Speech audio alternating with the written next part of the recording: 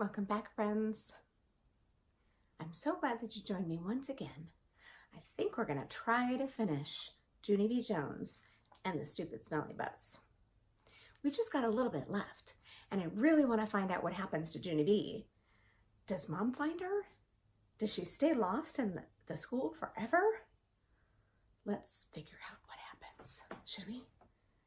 Chapter 8, The Dangerous Nurse's Office. Guess where I ran to? Straight to the nurse's office, of course, because there's those little plaid blankets to hide under. There's other neat stuff in there too, like a scale to weigh yourself and a sign with a giant E and other letters. The nurse uses the sign to test your eyes. She points to the letters and you have to yell out their names. You have to yell the E the loudest. That's how come it's so big. And guess what else I saw in the nurse's office? Band-Aids. That's what. I love those guys. They were on the top of the desk. And so I opened the lid and I sniffed them. Oh, I said, because Band-Aids smelled just like a brand new beach ball. Then I dumped them out. They were the most prettiest Band-Aids I ever saw. They were red and blue and green and also yellow, which is the color I hate. And they were different shapes too. There were squares and circles, and some were that very long kind, which are called tangles, I think. I put a green circle on my knee. That's where I fell down on the sidewalk last week. It's mostly all better now, but if I press it very hard with my thumb, I can still make it hurt. After that, I put a blue tangle on my finger. That's where I got a splitter from the picnic table. Mother pulled it out with tweezers, and there's still some table in there, I think. Also, I put a red square on my arm. That's where Tickle scratched me, because I got him all wound up. Just then, I saw the nurse's purple sweater. It was hanging on her chair. I put it on. Now I'm a nurse, I said. Then I sat down, and I pretended to call the hospital. Hello, hospital, it's me, the nurse. I need some more Band-Aids and some aspirins and some cherry cough drops, only not the kind that make your mouth feel freezy. And I need some lollipops for when kids get needles. And also, I need little sticks or something in case I have to touch that dangly thing that hangs down in your throat. Then I pretended to call room 9. Hello, Mrs. Please send that Jim to my office. I have to give him a shot. Just then I saw my most favorite thing in the whole world. They were near the door, and their name is crutches. Crutches are for when you break a leg. Then the doctor puts it in a big white cast with just your pinky sticking out, and you can't walk on it. And so he gives you crutches to swing yourself. I ran over and picked them up. Then I put them under my arms, only they were way too long for me and I didn't swing that good. And so then I got another idea. I carried them to the nurse's chair and I climbed up there so I was real tall. And then I put the crutches under my arms and they fitted just right. After that, I stood on the edge of the chair and I leaned forward very slow, except that a terrible thing happened. The chair was on wheels and it rolled away from my feet and I got stuck in the crutches way high in the air and I was very dangly up there. Hey, I shouted, get me down from here. Then I wiggled around and one of the crutches slipped and I came crashing down and I banged my head on the desk. Ow! I yelled, ow, ow, ow. Then I picked up the phone again. I quit this stupid job, I said, and then I ran out of there very fast, because the nurse's office is a dangerous place, and crutches aren't my favorite thing.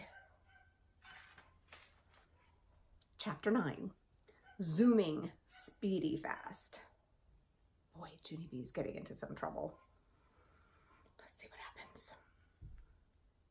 I like running inside the school. It's funner than running inside your house. In a school, you could zoom with your arms out like a jet plane and you don't knock over the furniture. And also, the head doesn't get broken off your mother's bird statue, which used to be a blue jay, I think. I zoomed straight to the cafeteria because there's lots of tables to hide under in that place. Only when I tried to open the door, it was all locked up. And so then I ran to another room across the hall, only that stupid door was locked too. Hey, who did all this dumb locking? I asked. Then I started jiggling up and down because I was having a little bit of a problem, that's why. The kind of problem that's called personal. And it's about going to the potty. And so all of a sudden I had to run down the hall speedy quick, right to the girls' bathroom. And guess what? When I got there, that stupid door wouldn't open either. And so I kicked it. And I hanged on the handle, because I weigh 37. Open up, and I mean it, I yelled. But the door kept on staying shut.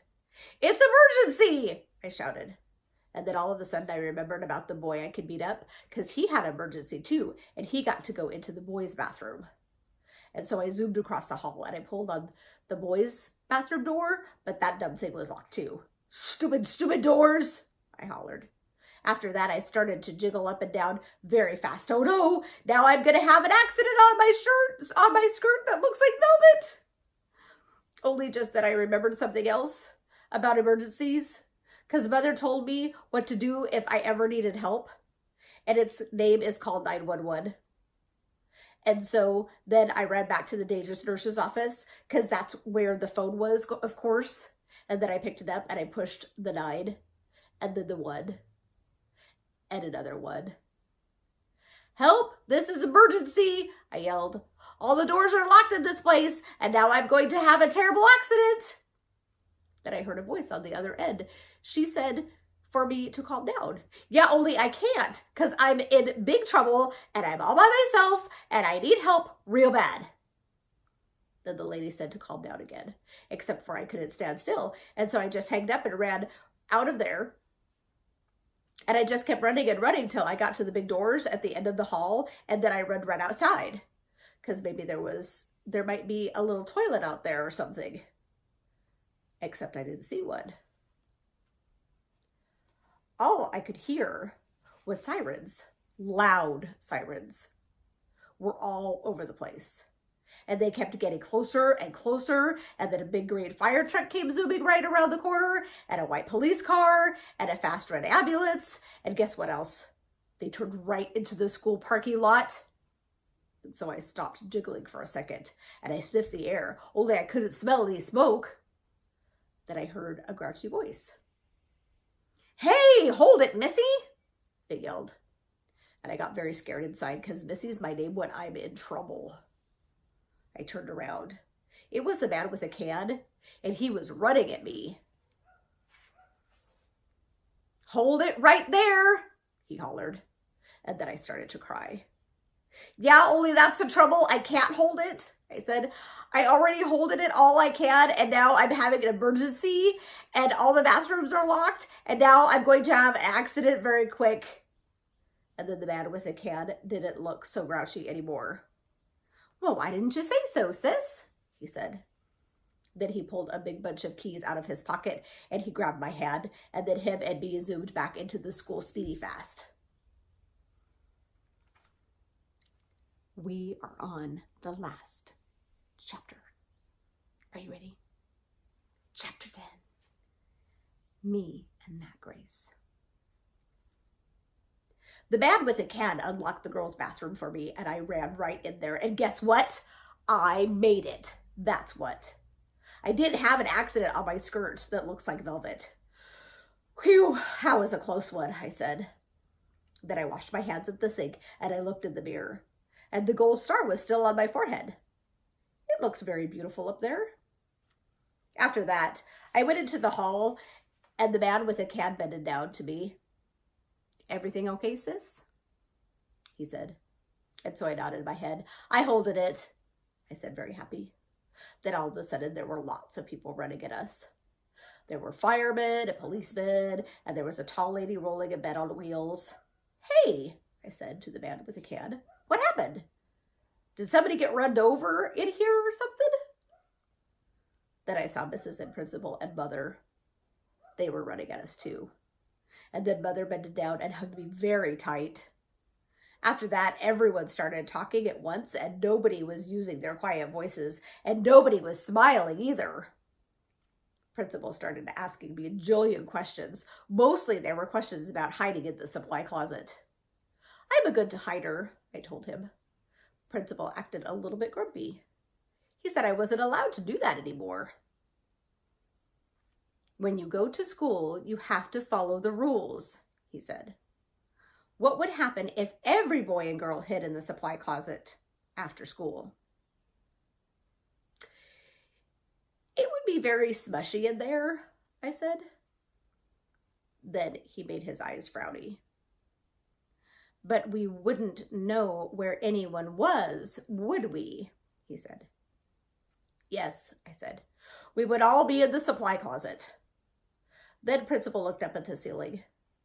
And I looked up there too. But I didn't see anything. After that, Mother looked at my Band-Aids. Did you hurt yourself? She asked. And so I told her all about the dangerous nurse's office, and then I showed her the nurse's purple sweater, and she made me give it back. After that, everybody started leaving, the firemen and the policemen, and also the tall lady with the bed. Then finally my mother got to take me home, and guess what? I didn't have to ride on the stupid smelly bus. Except the car wasn't that fun, because Mother was grouchy at me. I'm sorry the bus wasn't fun for you, Junie B, she said. But what you did was very, very wrong. Didn't you see all the commotion you caused? You had a lot of people very scared. Yes, but I didn't want chocolate milk poured on my head, I explained to her. That's not going to happen, growled Mother. And you can't just suddenly decide for yourself not to ride the bus. Hundreds of kids ride buses every day. And if they can do it, you can do it too. Then my eyes got wet again. Yeah, but there's meaties on that thing, I said all sniffly. Then Mother stopped being so growly. What if you had a friend to ride with? She said. Your teacher told me there's a girl in your class who will be riding the bus for the first time tomorrow. Maybe you could sit together. Would you like that? I made my shoulders go up and down. Her name is Grace, said Mother. Grace? I said. Hey, I know that Grace. I learned her today. And so when I got home, Mother called that Grace's mother, and then they talked. And then me and that Grace talked too, and said hi. And she said hi. And she said she would sit with me. And so tomorrow, I get to take my little red purse on the bus, and I get to put it on the seat next to me so nobody will sit there. Nobody except for that Grace, of course. And then she and me might get to be buddies, and we could hold hands, just like me and Lucille. I will like that, I think. And guess what else? Tomorrow, I think I might like yellow a little bit. All right, the end. That was the first book in the series of Junie B Jones. Friends, I hope you come back and listen to more stories about Junie B Jones. I'm going to try to cover all of the Barbara Parks books. Well, at least all the Junie B Jones Barbara Park books. I really do hope that you go to your library and find them, or go to your local stores and get them. Or like I said, you could go to Amazon and pick one up there too. But mostly, I just want to make sure that you're reading, or that you're listening to somebody else read to you. It's so important to read. And it's also important to learn things about Junie B Jones. Maybe some of the things that she did wasn't okay, but you'll learn what not to do. Like, don't hide in the closet. And don't run away from people that are trying to help you. And make sure that you always tell the truth. That's very important.